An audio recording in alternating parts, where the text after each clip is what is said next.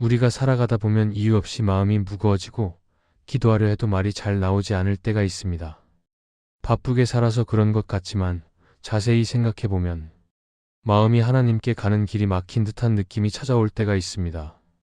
기도는 하나님께 마음을 열고 다시 힘을 얻는 자리인데 막상 기도하려고 하면 이유도 모르게 부담이 생기고 생각이 흐트러질 때가 있습니다.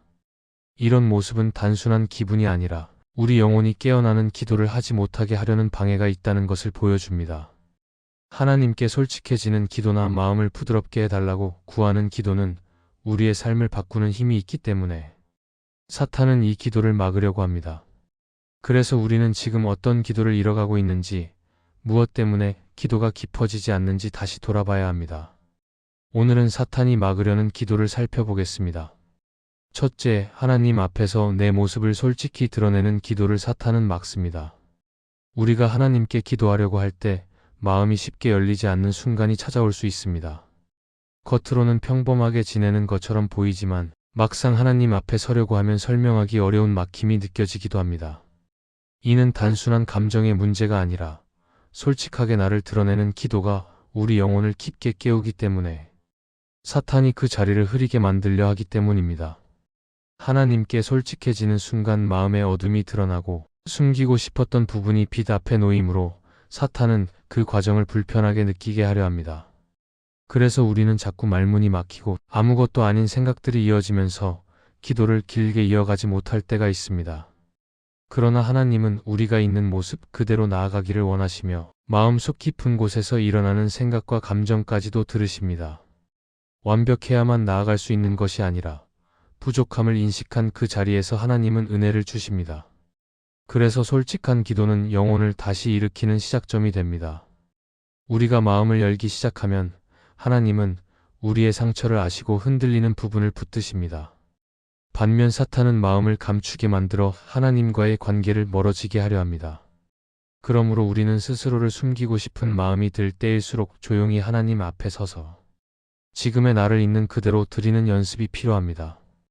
비록 부족함이 많다고 느껴져도 하나님은 우리의 진심을 들으시며 그 안에서 새 힘을 주십니다. 이렇게 솔직함은 죄책감이 아니라 회복으로 이끄는 길이며 하나님께 다가가는 가장 건강한 모습이 됩니다. 오늘 우리가 드릴 기도 속에서도 마음을 숨기지 않고 조용히 내면을 열 수 있다면 하나님은 그 자리에서 우리의 영혼을 다시 세우실 것입니다. 둘째, 숨겨둔 죄를 인정하는 기도를 사탄은 두려워합니다. 사람은 누구나 드러내기 어려운 부분을 마음속 깊은 곳에 숨겨두려고 합니다. 겉으로는 아무렇지 않은 것처럼 지내지만 하나님 앞에 서려고 할 때 마음 한편이 편하지 않을 때가 있습니다.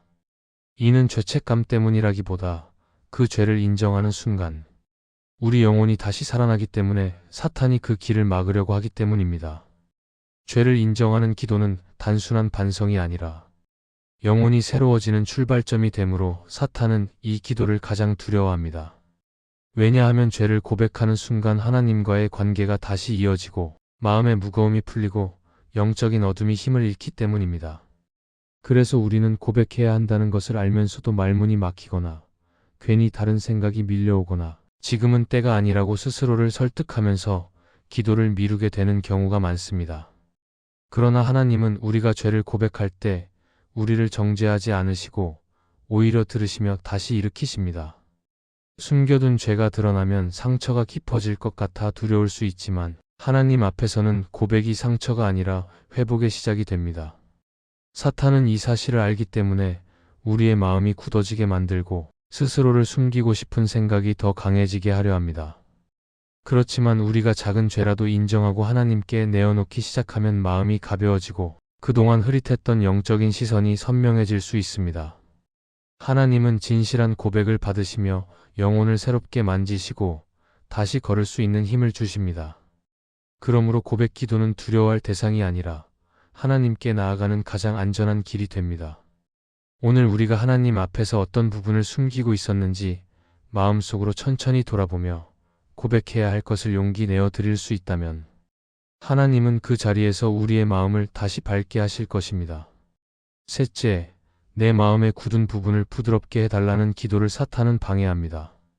우리는 살아가면서 여러 경험을 겪기 때문에 마음이 점점 단단해지기도 합니다. 처음에는 작은 상처 하나였지만 시간이 지나면서 마음을 조심스럽게 닫게 되고 누군가를 신뢰하기가 어려워지는 때도 있습니다. 이 굳은 마음은 겉으로는 드러나지 않지만 하나님께 나아가는 길을 막아버릴 때가 많습니다. 그래서 하나님께 마음을 부드럽게 해달라고 기도하는 순간 영혼이 다시 열리기 때문에 사탄은 이 기도를 가장 싫어합니다. 마음이 부드러워진다는 것은 단순히 감정이 흔들리는 것이 아니라 하나님께서 우리 안에서 새로운 일을 하실 수 있는 공간이 생겼다는 뜻이기 때문입니다. 그래서 사탄은 우리가 계속해서 마음을 굳게 만들고 혼자 견디려고 하고 하나님께 도움을 구하는 일을 미루게 만들려 합니다. 마음이 굳어진 사람은 기도하려고 해도 말이 잘 이어지지 않고 하나님께 다가가는 것도 조심스러워질 수 있습니다. 그러나 하나님은 우리의 마음 상태를 누구보다 잘 아시며 단단해진 마음을 다시 부드럽게 하실 수 있습니다. 마음이 부드러워지면 사람을 바라보는 시선도 달라지고 일상의 작은 일들에서도 감사가 회복되고 상처를 향한 감정도 서서히 풀릴 수 있습니다. 이런 변화가 시작되면 영혼이 다시 살아나기 때문에 사탄은 이 기도가 이어지지 않도록 계속 방해합니다. 결국 마음을 부드럽게 해달라는 기도는 연약해지는 기도가 아니라 하나님께 마음의 중심을 맡기는 용기 있는 기도가 됩니다.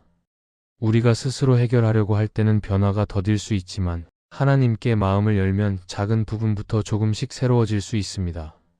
그러므로 지금 마음속에 굳어있는 부분이 있다면 하나님께 솔직히 인정하고 다시 부드럽게 해달라고 구해야 합니다. 하나님은 우리의 마음을 아시며 그 기도 속에서 우리 영혼을 다시 따뜻하게 만지실 것입니다. 이 말씀이 마음의 은혜가 되셨다면 좋아요와 구독으로 함께 해주시기 바랍니다. 또한 댓글에 아멘이라고 남겨주시면 이 말씀이 더 많은 사람들에게 전해질 것입니다. 여러분의 삶에 하나님의 평안과 축복이 늘 가득하시기를 바랍니다. 감사합니다.